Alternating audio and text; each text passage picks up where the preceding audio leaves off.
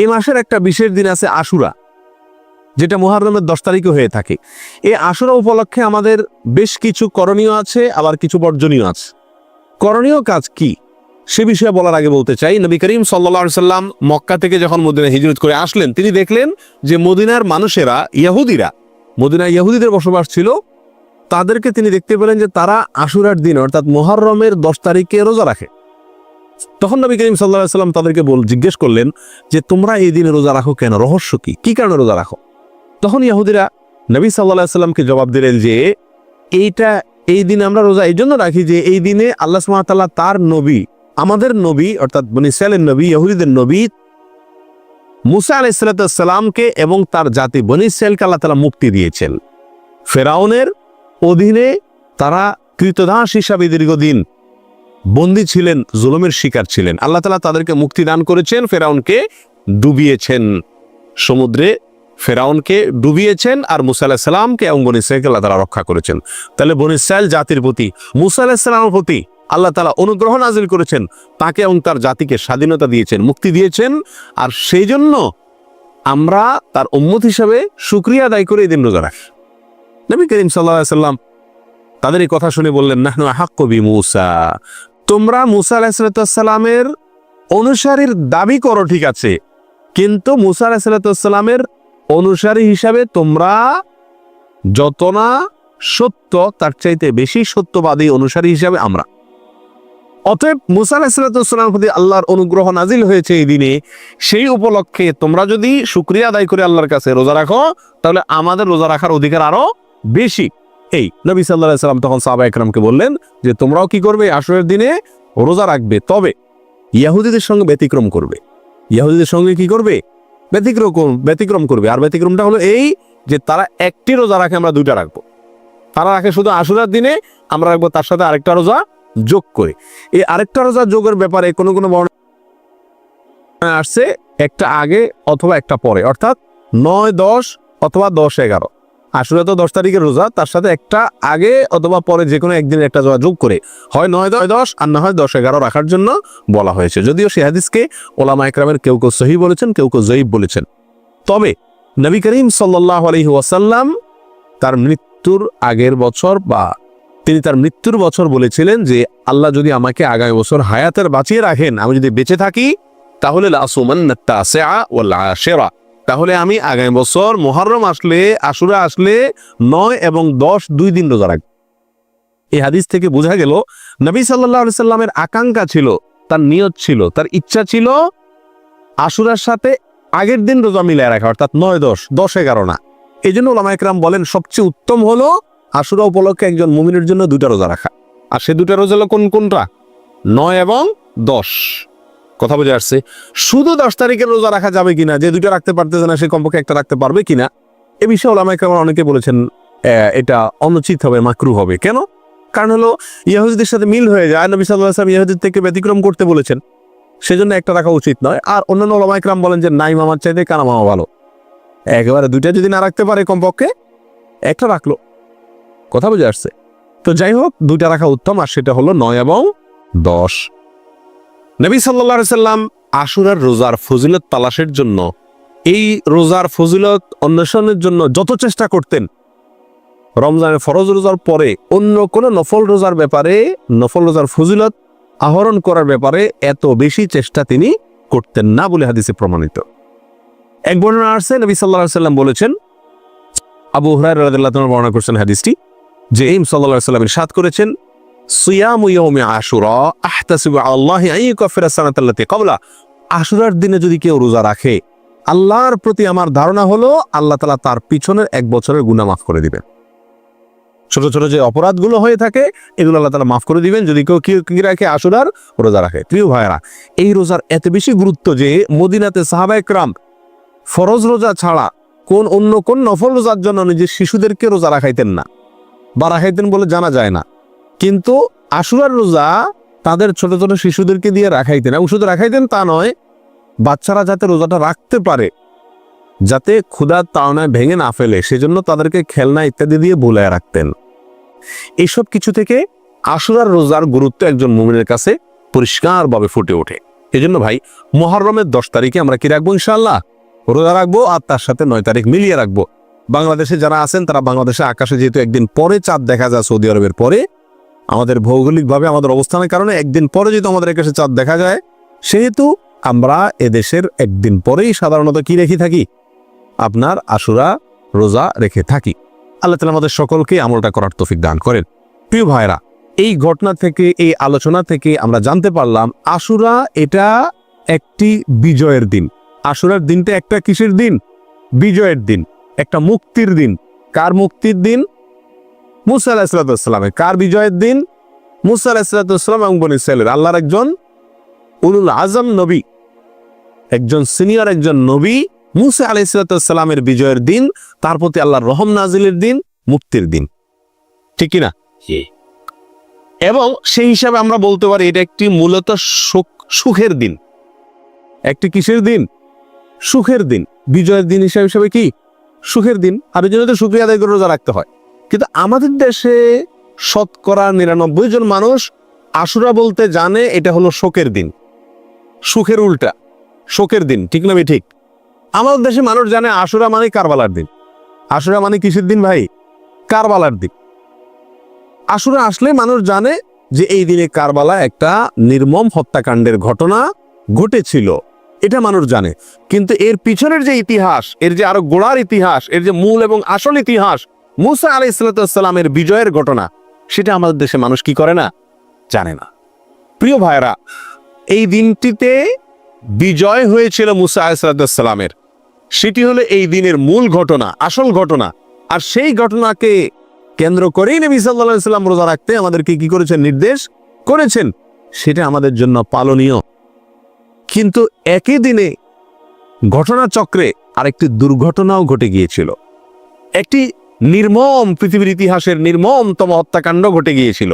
নবী সাল্লাল্লাহু আলাইহি সাল্লামের অত্যন্ত প্রিয় দৌহিত্র হোসেন রাদিয়াল্লাহু তাআলা আনহুকে অত্যন্ত নির্মমভাবে হত্যা করা হয়েছিল কারবালায়।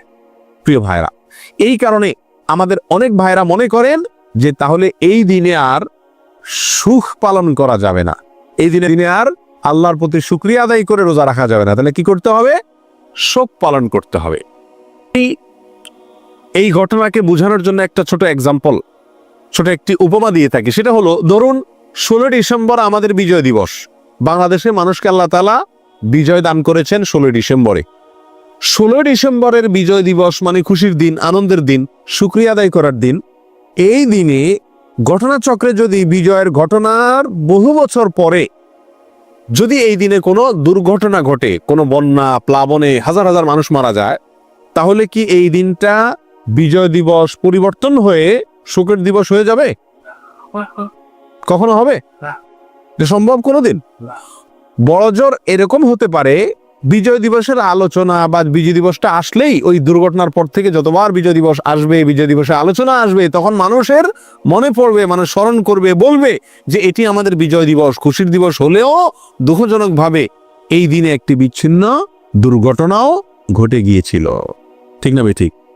কিন্তু এই দিনের আসল ঘটনা বিজয়কে ভুলে গিয়ে শোক পালন করা, এটা কোনোদিন হবে? যৌক্তিক হবে? হবে না। অতএব কারবালার যে ঘটনা ঘটেছিল সেটাও 10 মুহররম ঘটেছিল, কিন্তু এই দিনে আসল যে ঘটনা ঘটেছে মুসা আলাইহিস সালামের বিজয়, সেটা কোনোদিন চাপা পড়ে যাওয়া এটা যুক্তিসঙ্গত নয়। বিধায় একজন মুমিন আশুরা আসলে সর্বপ্রথম তার মাথায় চলে যাবে কোন দিন? মুসা আলাইহিস সালামের বিজয়ের দিন। এরপরে পাশাপাশি একই দিনে যেহেতু আরেকটি নির্মম ঘটনা ঘটেছে সেটাও তার মনে আসতে পারে, এবং সে উপলক্ষে হোসেন রাদিয়াল্লাহু তাআলা আনহু সহ তার পরিবারের সদস্যরা যারা নির্মমভাবে নিহত হয়েছিলেন, হত্যা করা হয়েছিল, তাদের জন্য আল্লাহ সুবহানাহু ওয়া তাআলার কাছে দোয়া করতে পারেন। যারা হত্যায় জড়িত ছিল তাদেরকে আল্লাহ সুবহানাহু ওয়া তাআলা পৃথিবীর ইতিহাসের নিকৃষ্টতম সাজা যেন তাদেরকে দেন, সেজন্য আল্লাহর কাছে আরজি পেশ করতে পারেন। কিন্তু তাই বলে আপনি কি করতে পারেন না? তাজিয়া মিছিল, শোক মিছিল এগুলা বের করতে পারেন না, কারণ ইসলাম 3 দিনে বেশি কোনো মৃত্যুতে, কোনো দুর্ঘটনায় শোক পালন করার সুযোগ, অনুমতি দেয় নাই। অতএব রাজনৈতিক আপনার বিভিন্ন দলগুলো তাদের শোক পালন করে থাকে বছরকে বছর, যুগ যুগ ধরে, সেটা ভিন্ন বিষয়। কিন্তু ইসলামী শরীয়তে কোনো মানুষের মৃত্যুর পরে 3 দিনের বেশি শোক পালন করার কোনো সুযোগ, অনুমোদন নাই। প্রিয় ভাইরা, অতএব আশুরা উপলক্ষে প্রথম আমাদেরকে খেয়াল রাখতে হবে যে আমাদের ধারণাটাকে পরিবর্তন করতে হবে। এই দিনটি কারবালার দিন নয়, এই দিনটি হলো মুসা আলাইহিস সালামের বিজয়ের দিন, পাশাপাশি কারবালা ঘটনাও ঘটেছে। আল্লাহ তাআলা আমাদেরকে সঠিকটা বুঝার তৌফিক দান করেন। প্রিয় ভাইরা, এখন আমরা এই দিনে কি আসলে যেহেতু দুইটা ঘটনায় ঘটছে, কোনটাকে আমরা বড় করে দেখব? মুসা আলাইহিস সালামের বিজয়কে বড় করে দেখব, নাকি হোসেন রাদিয়াল্লাহু তাআলা আনহুর মৃত্যুকে, শাহাদাতকে, শোকের দিনটাকে, শোকটাকে বড় করে দেখব? কোনটাকে বড় করে দেখব? মুসা আলাইহিস সালামের বিজয়টাকে বড় করে দেখব। কেন? দুই কারণ। নাম্বার এক, মুসা আলাইহিস সালামের বিজয়ের খবর দিয়ে গেছেন মুহাম্মদ সাল্লাল্লাহু আলাইহি ওয়াসাল্লাম, এবং তিনি ওই বিজয় পালন করা, রোজা রাখার মাধ্যমে সেই বিজয় পালন করার জন্য আমাদেরকে শিক্ষা দিয়ে গেছেন। ঠিক না ভাই? ঠিক। শুকরিয়া আদায় করার জন্য রোজা রাখার আদর্শ তিনি রেখে গেছেন। তার আদর্শ পরিবর্তন হওয়ার কোনো সুযোগ আছে? আল্লাহ সুবহানাহু ওয়া তাআলা বলেছেন, আল ইয়াউমা আকমালতু লাকুম দীনাকুম ওয়া আতমামতু আলাইকুম নিআমাতি ওয়া রাদিতু লাকুমুল ইসলামা দীনা। তোমাদের প্রতি আজ আমি ইসলামকে পরিপূর্ণ, আমার নিয়ামতকে পরিপূর্ণ করে দিয়েছি। ইসলামের মধ্যে নবী সাল্লাল্লাহু আলাইহি সাল্লামের ইন্তেকালের পরে, তার মৃত্যুর পরে আর কোনো জিনিস যোগ হওয়া অথবা বিয়োগ হওয়ার কোনো সুযোগ নাই। অতএব নবী সাল্লাল্লাহু আলাইহি সাল্লামের মৃত্যুর বহু বছর পরে কারবালার ঘটনা ঘটেছে, বিধায় কারবালার ঘটনাকে কেন্দ্র করে কোনো কর্মসূচি যদি দিতে হয়, একই দিনে নবী সাল্লাল্লাহু আলাইহি সাল্লামের কর্মসূচি থাকে, তাহলে কোনটা অগ্রাধিকার পাওয়ার কথা? নবী সাল্লাল্লাহু আলাইহি সাল্লামের দেওয়া কর্মসূচি, তার শেখানো বাতানো আমলের অগ্রাধিকার হওয়া যুক্তির দাবি। ঠিক না ভাই? ঠিক। প্রিয় ভাইয়েরা, অতএব এই দিনে আমাদের যে ভুল একটি কালচার আমাদের সমাজে প্রচলিত আছে, সেটা হলো এই দিন উপলক্ষে আমাদের সমাজে সবচেয়ে বড় ভুল, এই দিন উপলক্ষে সবচেয়ে বড় ভুল হলো যে এই দিনটাকে আমরা মনে করি কারবালার দিন। এই দিনটার আসল ইতিহাসটাকে আমরা জানি না। প্রিয় ভাইরা, এর পিছনে আমাদের মিডিয়ার বিশাল বড় ভূমিকা। আমাদের দেশে যে সমস্ত মিডিয়া আছে, সেটা প্রিন্ট মিডিয়া হোক আর ইলেকট্রনিক মিডিয়া হোক, এই সব মিডিয়াগুলো সব সময় দেখবেন সুন্নাহকে কখনো এরা প্রচার করে না, সবসময় বিদআতকে ফলো করে এবং প্রচার করে, সুন্নাহকে দমিয়ে রাখার চেষ্টা করে মিডিয়াগুলো।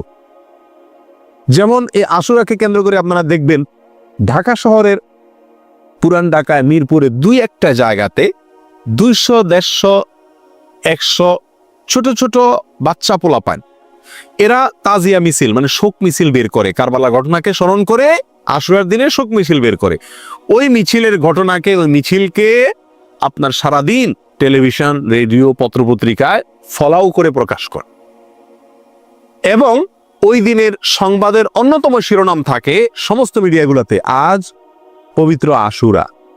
আজকের এই দিনে মহানবী হযরত মুহাম্মদ সাল্লাল্লাহু আলাইহি সাল্লামের প্রিয় দৌহিত্র হুসাইন রাদিয়াল্লাহু তাআলা আনহুকে কারবালার প্রান্তরে, ইরাকের কারবালার প্রান্তরে নির্মমভাবে শহীদ করেছে অমুক অমুক অমুক অমুকে।